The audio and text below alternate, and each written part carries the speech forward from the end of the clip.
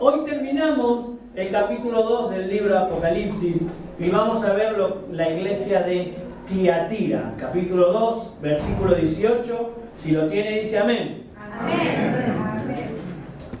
El mensaje a Tiatira. Y escribe al ángel de la iglesia en Tiatira, el Hijo de Dios, el que tiene ojos como llama de fuego y pie semejante a bronce bruñido, dice esto: yo conozco tus obras, y amor, y fe, y servicio, y tu paciencia, y que tus obras postreras son más que las primeras. Versículo 20. Pero tengo unas pocas cosas contra ti, que toleras que esa mujer Jezabel, que se dice profetiza, enseñe y seduzca a mis siervos a fornicar y a comer cosas sacrificadas a los ídolos. Versículo 21. Y le he dado tiempo para que se arrepienta, pero no quiere arrepentirse de su fornicación. He aquí, yo la arrojo en cama y en gran tribulación a los que con ella adulteran, si no se arrepienten de las obras de ella. Y a sus hijos heriré de muerte, y todas las iglesias sabrán que yo soy el que escudriña la mente y el corazón, y os daré a cada uno según vuestras obras. Versículo 24. Pero a vosotros, a los demás que están en Tiatira, a cuanto no tienen esa doctrina y no han conocido lo que ellos llaman las profundidades de Satanás, yo os digo, no os impondré otra carga. Versículo 25. Pero lo que tenéis, retenedlo hasta que yo venga. El que venciere y guardare mis obras hasta el fin, yo le daré autoridad sobre las naciones y las regirá con vara de hierro, y serán quebrantadas como vaso de alfarero, como yo también lo he recibido de mi Padre. Versículo 28. Y le daré la estrella de la mañana. Y el 29. El que tiene oído, oiga lo que el Espíritu dice a las iglesias. ¿Oramos? Señor, gracias por tu palabra. Gracias, Señor, por tu verdad, por tu amor. Gracias, Señor, por llevarnos como iglesia a un nuevo mover en tu presencia. Señor, déjanos en este tiempo como iglesia poder disfrutar de la verdad de tu Espíritu Santo, disfrutar de la verdad de tu presencia y poder conocerte, Señor, un poco más. Necesitamos en esta mañana, Señor, salir de este lugar sabiendo, entendiendo y creyendo que somos más que victoriosos, porque te has mostrado en nuestra vida una vez más. En el nombre de Jesús, amén y amén. Gloria a Dios para siempre. Amén.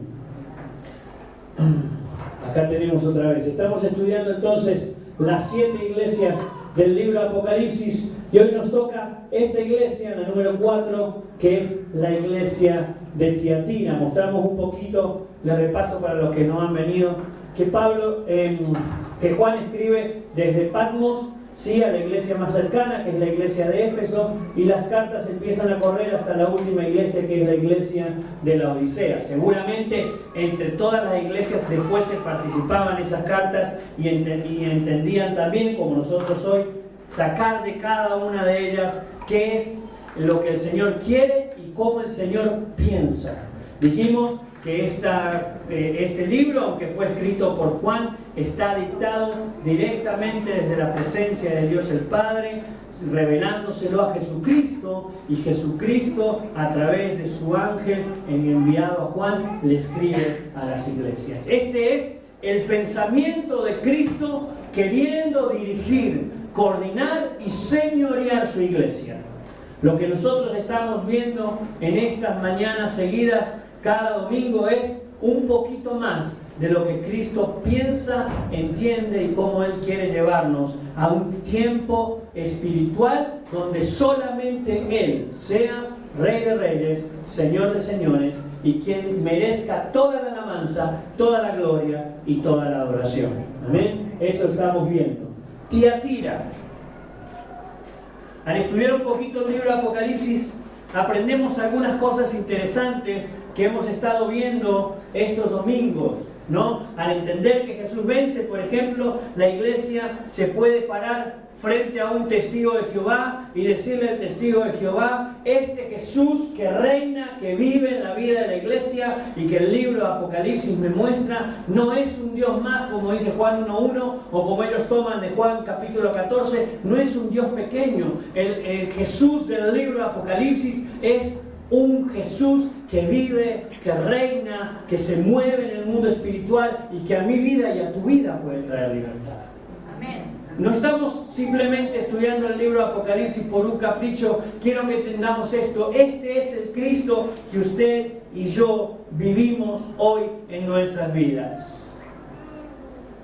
Podemos hacer frente al mundo espiritual con esto y podemos entender que si Jesucristo vive, ¿qué cosa hay que a mí me pueda hacer daño? ¿De qué manera yo puedo llegar a sufrir algo si el que vence, que reina y que vive está en dominio y control de mi vida?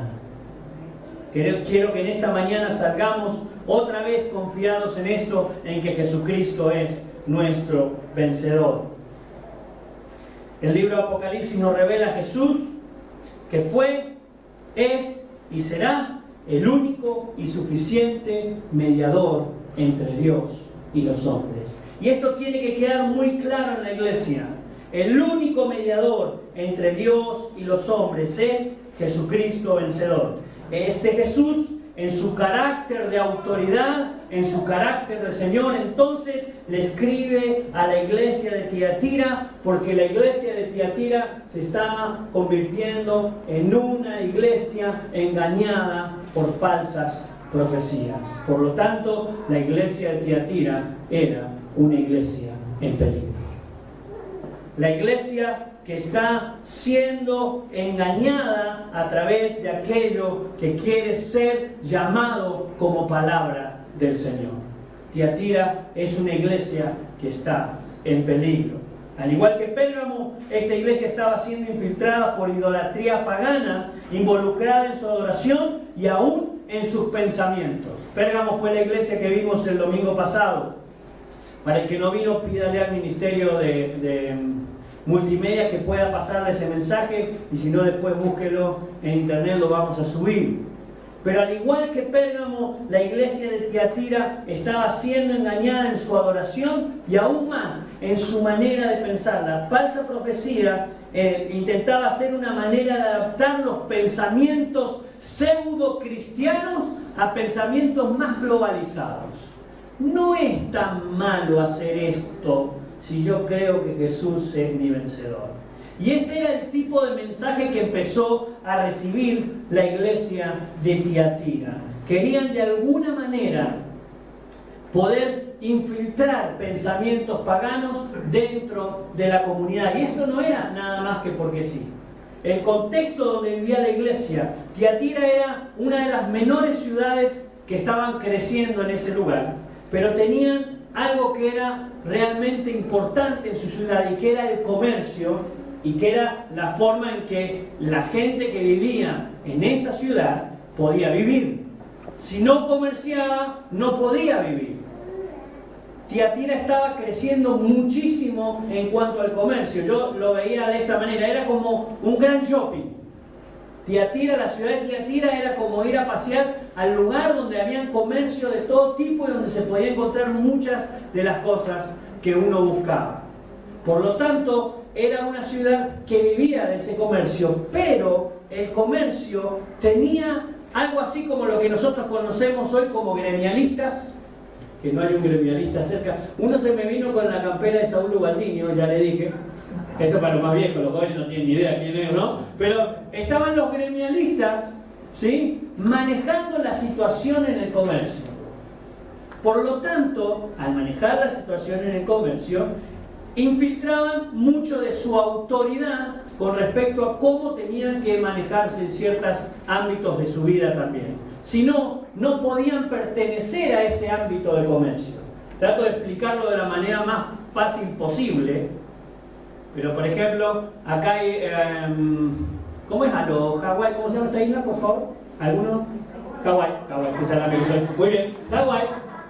En Hawái, por ejemplo, son todos mormones. Y si vos no sos mormón, no podés trabajar.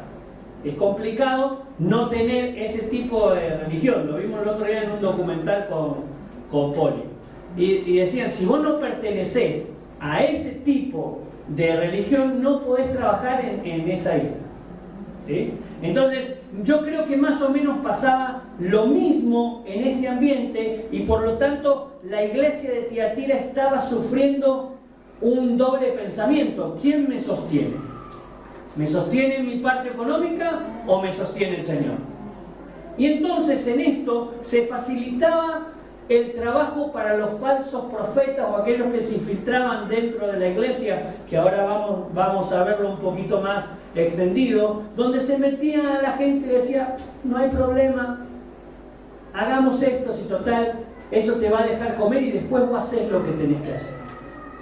Por eso el Señor se le presenta a la iglesia de Tiatira con algunas imágenes que vamos a ver enseguida. Juan Stam, que ya lo hemos visto algunas veces, yo dije que se murió y todavía no busqué si no, pero yo creo que sí, hace muy poquito. Juan Stam dice, desafortunadamente para los cristianos de Tiatira, las actividades gremiales, desde la libación o desde el principio de un ritual de adoración o algo así, con que solían comenzar, estaban impregnados con diversos aspectos del culto pagano. Por lo tanto, pertenecer a ese ámbito traía conflicto de intereses para la iglesia de Cristo.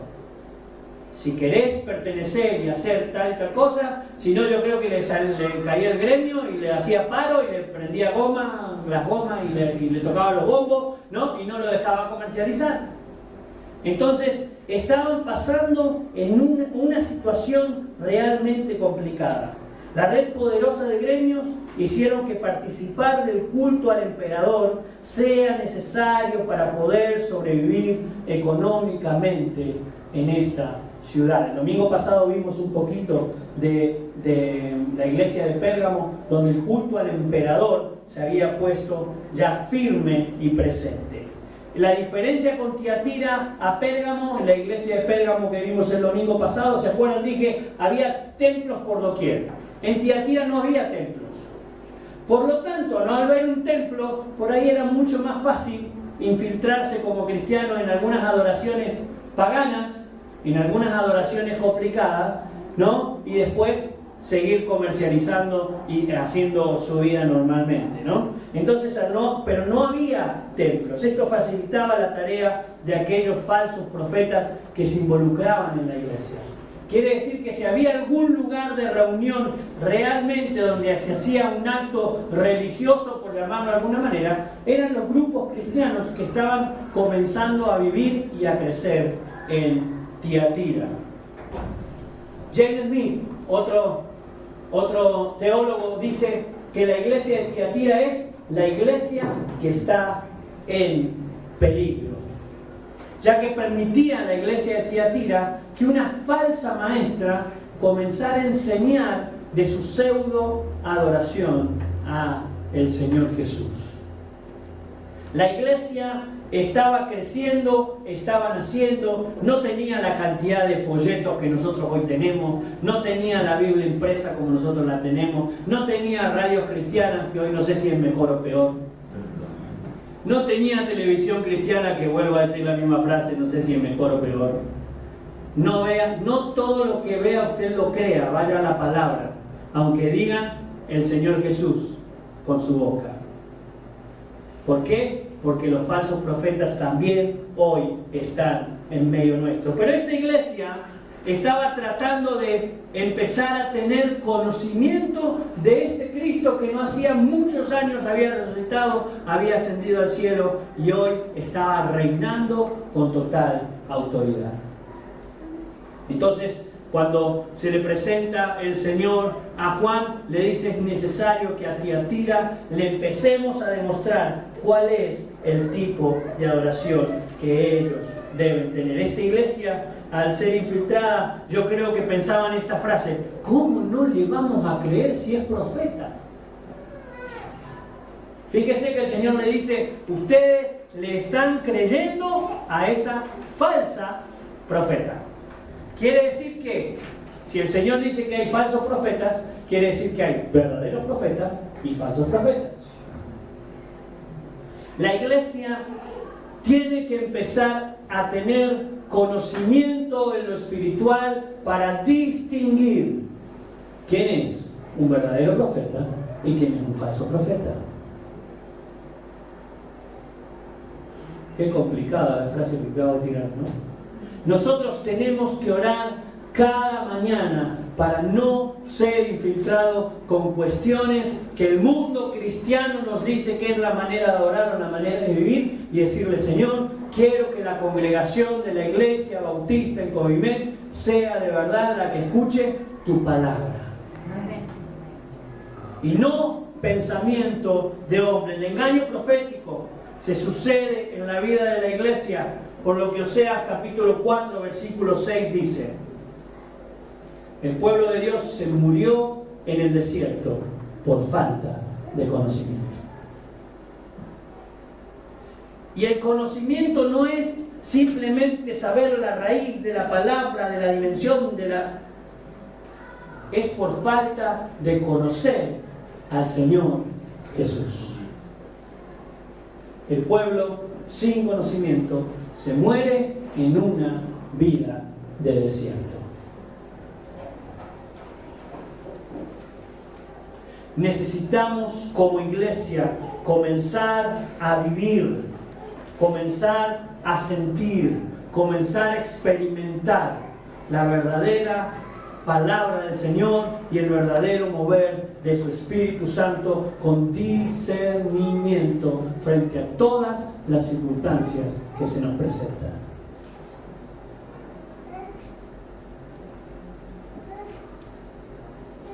Otros dos personajes muy interesantes, que es Gordon y Douglas, en este libro que usted lo puede buscar en PDF, que está buenísimo, se llama La lectura eficaz de la Biblia. La lectura eficaz de la Biblia, para los que están anotando, anótenlo. Habla sobre cómo estudiar la Biblia eficazmente, pero en el capítulo 10 se refiere pura y exclusivamente a la parte profética que está en la palabra del Señor. Y entonces ellos hacen una lectura y hacen un análisis de esto.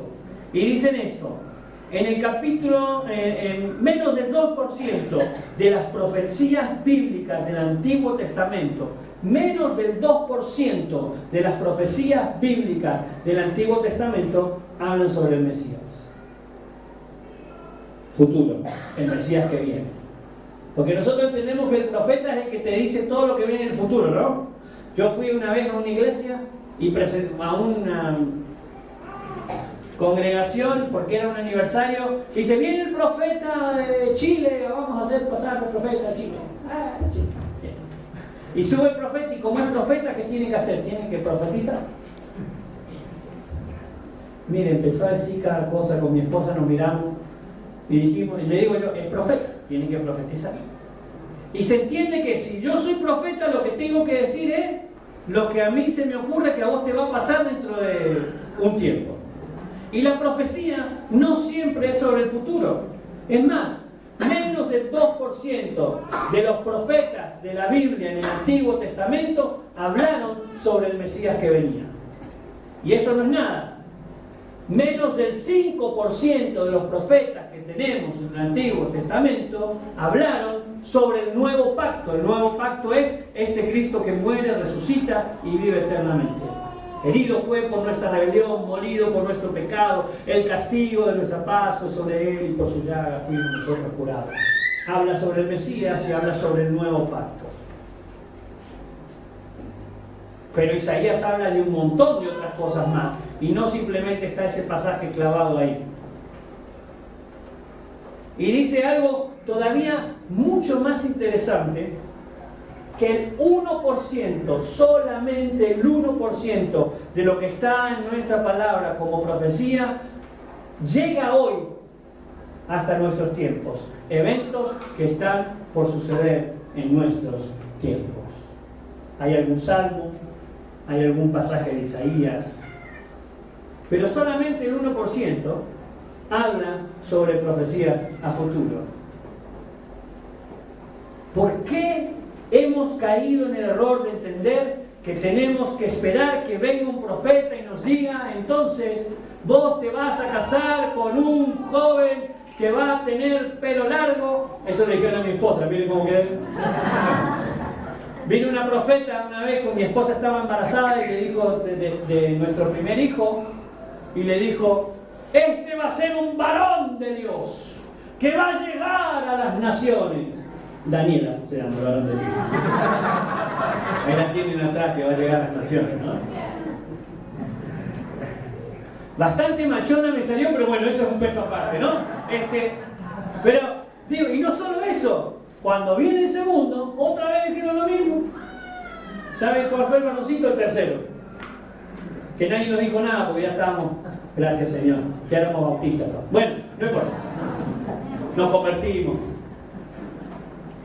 Porque hemos entendido que la profecía, el profetizar, es simplemente el que dice algo sobre el futuro. Y viene un profeta y ahora se han dividido la iglesia en apóstoles, profetas, y parece que cada uno tiene una autoridad mayor o una autoridad menor frente a la iglesia. ¿O estoy equivocado? Apóstol, usted escucha la palabra apóstol y siente un hombre grandote, así lleno, ungido del Señor, ¿no? Y apóstol simplemente es aquel que sale con una misión y no mira atrás, nunca vuelve al lugar. Mientras va predicando. Eso es un apóstol. Y va formando iglesias. Y sale con una misión y no vuelve. Pero ahora entendemos que si no hay un apóstol en la congregación, bueno, llámeme apóstol, no se hagan problemas.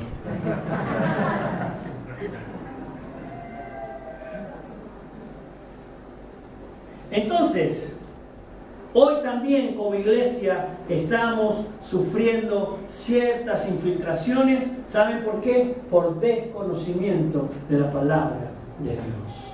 Es necesario que como iglesia estudiemos la palabra del Señor. Venga a la nueva escuela dominical. Que este año es año donde Jesús se revela y no hay absolutamente nada que pueda infiltrar a la iglesia, porque somos una iglesia que estudia, que vive y que cree en la palabra del Señor. Así que decirle al que está al lado tuyo, por favor, es tiempo de estudiar la palabra.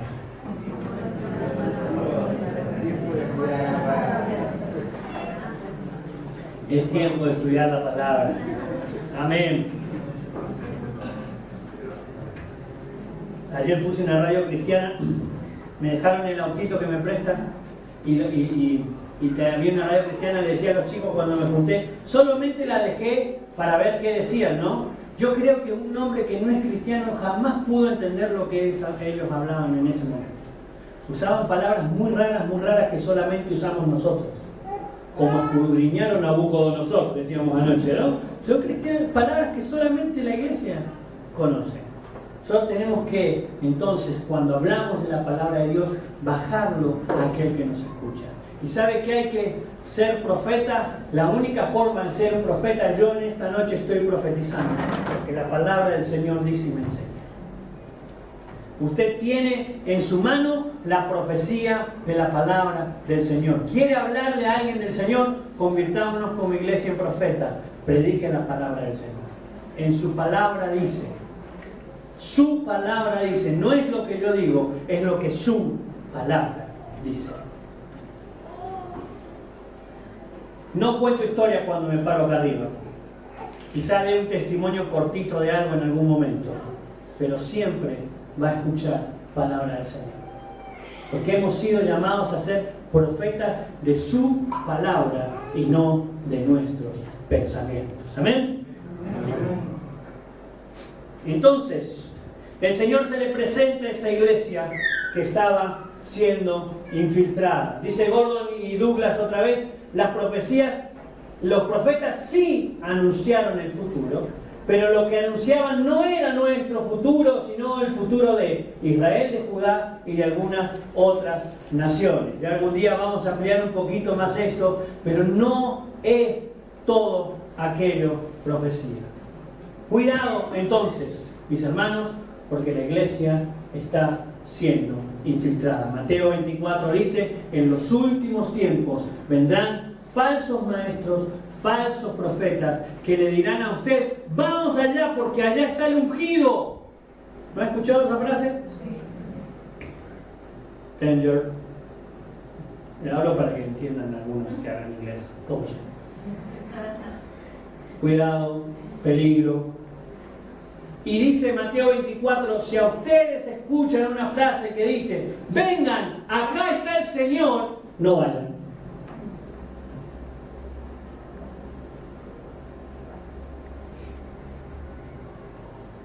Tenemos que tener cuidado porque la iglesia está sufriendo infiltración de la misma manera que Tiatira la estaba sufriendo. Por eso yo voy a esto. ¿Cómo reconozco una falsa profecía? En la boca del profeta hay únicamente palabra de Dios. La primera descripción con el que entonces el Señor se le presenta a la iglesia de Tiatira, capítulo 2, versículo 18. El Señor se empieza a manifestar en una iglesia que está siendo infiltrada por aquellos que creen tener autoridad y que están llevando esa adoración a adoraciones paganas, donde estos paganos creen tener autoridad. Entonces el Señor se presenta frente a la iglesia de Tiatira y dice, yo soy el Hijo de Dios, el que tiene ojos que resplandecen como llama de fuego y pies semejantes al bronce bruñido. Esta es la única vez en el libro de Apocalipsis que el Señor se presenta como el Hijo de Dios. Después hay referencias de Dios el Padre, pero el Señor mismo se presenta y le dice esto: yo soy el Hijo de Dios. Este título puede ser porque va subyacente o juntamente con lo que el Salmo 2 proclama. El Salmo 2 habla sobre el reino del ungido de Jehová. Entonces el Señor se le presenta, después lee el Salmo 2 porque si no, no nos vamos más. Y el Señor se le presenta a la iglesia y dice: yo soy este Dios todopoderoso y yo soy el ungido. Pero también puede referirse en este contexto para marcar su posición de deidad, de Dios todopoderoso, frente a la figura de un Dios que se adoraba en ese lugar, en esa región, que lo nombré el domingo pasado, y que era el Dios Apolo. El Dios Apolo es el hijo del Dios Zeus. El domingo pasado le mostraba y le decía: Zeus es reconocido como el Salvador. Y Jesús se le presenta a la iglesia de Pérgamo y le dice: yo soy tu Salvador, yo soy el Señor Salvador.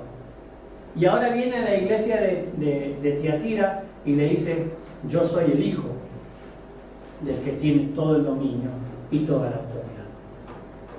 Jesús abre los ojos de la iglesia y dice: no adoren a otro Dios que no sea yo.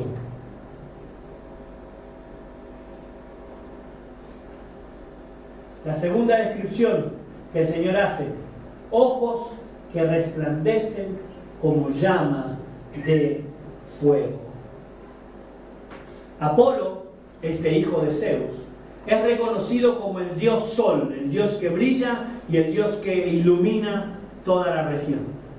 Entonces Dios no simplemente se presenta como el Hijo de Dios, sino que dice: yo soy el que en mis ojos brillan y hace resplandecer al pecado en medio de la luz. Todo lo que tenga que ver con oscuridad se borra cuando el Señor pone sus ojos sobre la iglesia. Mi amada iglesia, es tiempo de entender que si hay pecado, si hay tristezas, si hay desilusiones, si no estamos pudiendo salir de la pornografía, si no estamos pudiendo dejar de lado al engañar a su esposa o a su esposo, es tiempo de decirle: Señor, quiero que vengas con tus ojos de fuego, ilumines este pecado en mí y lo borres, porque vos hiciste ese sacrificio en la cruz. Es tiempo de que la iglesia clame para que los ojos de Dios iluminen el mundo espiritual.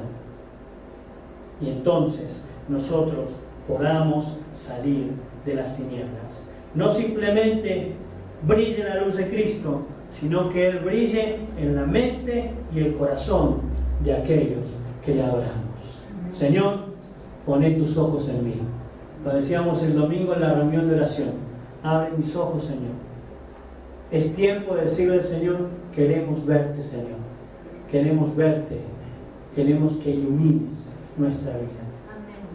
Y la tercera descripción interesante que le hace el Señor a Tiatira es pies semejantes al bronce bruñido.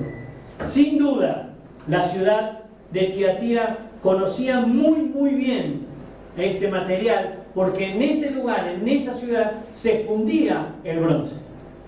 Por lo tanto, ellos entendían la descripción que el Señor mismo hacía.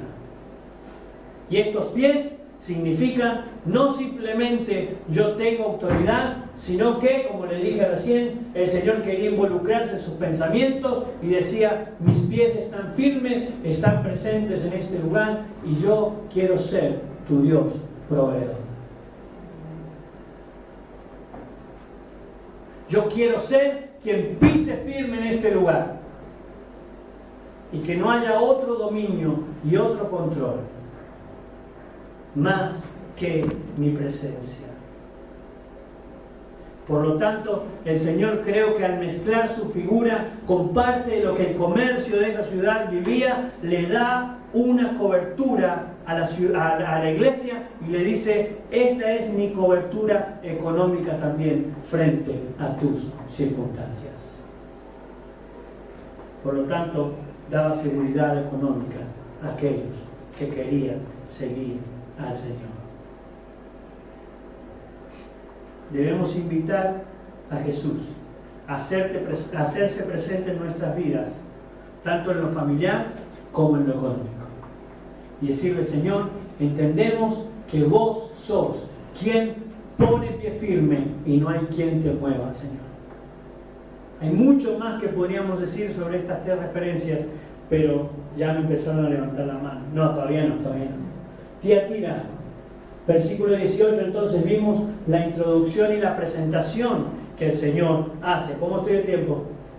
Despacito, si me lo hacen usar normal. Vamos, que estoy pero re bien. Mire, lo segundo que hace el Señor es halaga el trabajo de la iglesia. ¿Se acuerdan que les dije? Jamás el Señor vino a reprender a la iglesia. El Señor viene a instruir a la iglesia. El Señor viene a bendecir a la iglesia. ¿La iglesia está pasando por dificultades? Sí. Pero el Señor no viene primero y dice, son una iglesia que no sirve para nada, no sos un pecador, sos un asqueroso, arrepentiste. Jamás escuchamos eso del Señor. ¿Por qué muchos de nosotros hacemos eso con nuestros hijos, con nuestra suegra? Bueno, ahí estamos perdonados. ¿Por qué muchos de nosotros nos comportamos de esta manera, no? Aprendamos cómo el Señor viene a la iglesia, se muestra con su figura de autoridad y luego entonces empieza a halagar a la iglesia. Fíjense, le dice el Señor, versículo 19, yo conozco tus obras y amor y fe y servicio y tu paciencia y que tus obras postreras son mayores que las primeras. En términos de virtudes, Tiatira tiene un reconocimiento sin igual a comparación de las demás iglesias. Mire, en la iglesia de Tiatira habían dos virtudes que eran muy interesantes y que toda iglesia debe tener. El amor. ¿Por qué? Porque Dios es amor. De todo lo que hayan sabido, lo primero que tienen que poner es el amor. A diferencia de la iglesia de Éfeso, ¿se acuerdan de la iglesia de Éfeso? El Señor viene a la iglesia y le dice, son una iglesia que no tiene amor. Y dije, cuando estudiábamos la iglesia de Éfeso, una iglesia que no tiene amor es una iglesia que no vale nada. ¿Por qué? Porque si no tengo amor, nada soy. Así como la iglesia de Tiatira vivía en amor y fe, nosotros tenemos que convertirnos en una iglesia que puede reflejar el amor de nuestro Señor Jesucristo.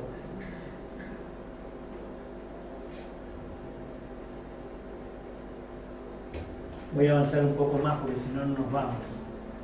Créanme que hay muchísimo más para aprender en estos pasajes, pero quiero pasar a este punto.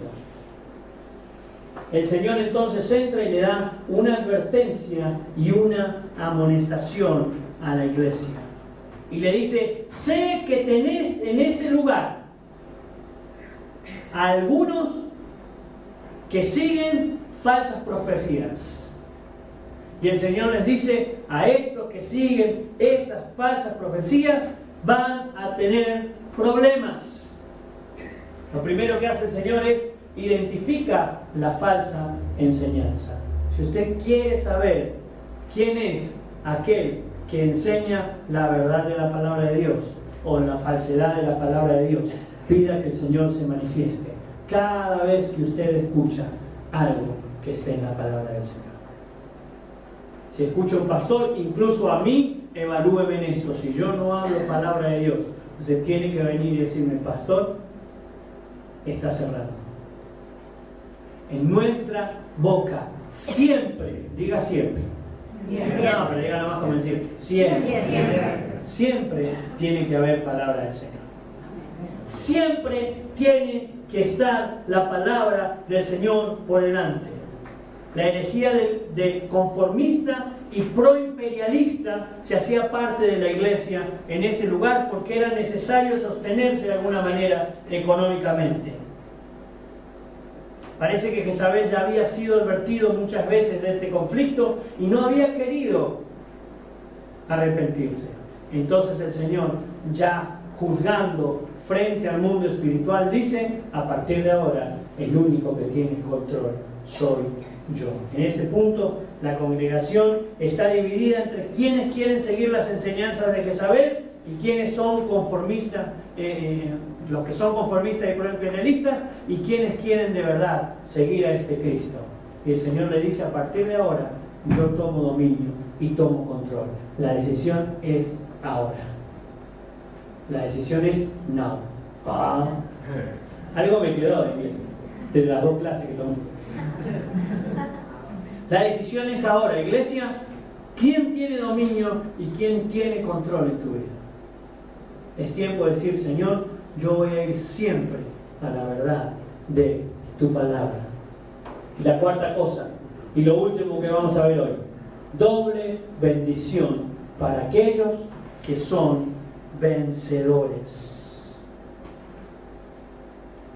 Al vencedor le pondré a gobernar naciones. Hemos sido llamados para señorear en el lugar donde estamos. Aquellos que creen y viven al Señor están llamados para ser los líderes espirituales del lugar. El quinto punto del programa Árbol que tenemos en la iglesia dice: sean líderes. ¿Por qué? Porque la iglesia que tiene a Cristo es la iglesia que tiene todo dominio y todo control espiritual en el lugar donde está, sea la facultad, sea tu trabajo, sea en la primaria, en la secundaria o tu hijo en el jardín. Entonces no hay ideología barata que pueda mezclarse en la vida nuestra, en la vida de nuestros hijos y mucho menos en la vida de nuestra ciudad, si la iglesia comienza a clamar para que Cristo se manifieste. Hemos sido llamados entonces a ser señores sobre el lugar donde estamos. Y la tercera cosa es: le daré la estrella de la mañana. La segunda promesa que recibe la iglesia. Aunque no podemos a ciencia cierta definir esta descripción, si yo tomo una referencia de Pedro capítulo 2 versículo 19, Pedro le dice a la iglesia: tenemos también la palabra profética más segura, a la cual hacéis bien en estar atentos como a una antorcha que alumbra en el lugar oscuro hasta que el día esclarezca y el lucero de la mañana salga en vuestros corazones. No importa qué tanta oscuridad vos veas. Primera de Pedro también dice, en medio de la prueba, en medio de la frustración, tenemos que ser hallados en alabanza y en gloria, porque Cristo se va a manifestar. Y aunque estés viviendo tiempos difíciles, decir, Señor, yo quiero que esta oscuridad pase, que vengan tus ojos de fuego, que ilumine, y quiero verte como veo que la oscuridad se va cuando sale esa primer estrella en la mañana. Y cuando empieces a ver ese poquito de luz, quiere decir que el día se acerca y que la total libertad de la oscuridad está pronto a suceder. Iglesia preciosa, ahora sí vamos a empezar, vamos a leer lo que leímos al principio. Jesús busca una iglesia donde hayan verdaderos adoradores. Juan 4:24, verdaderos adoradores que le busquen, que le adoren en espíritu y en verdad. Quiero, como pastor de esta congregación, que nos convirtamos en esa preciosa iglesia, que seamos hallados delante del Señor como verdaderos adoradores. Jesús nos invita a dejar la comodidad en nuestras vidas, sirviéndolo a Él, buscándole a Él, predicándole a Él, y que Él entonces se haga cargo de nuestro problema y de nuestra situación, porque Él tiene todo dominio y toda autoridad.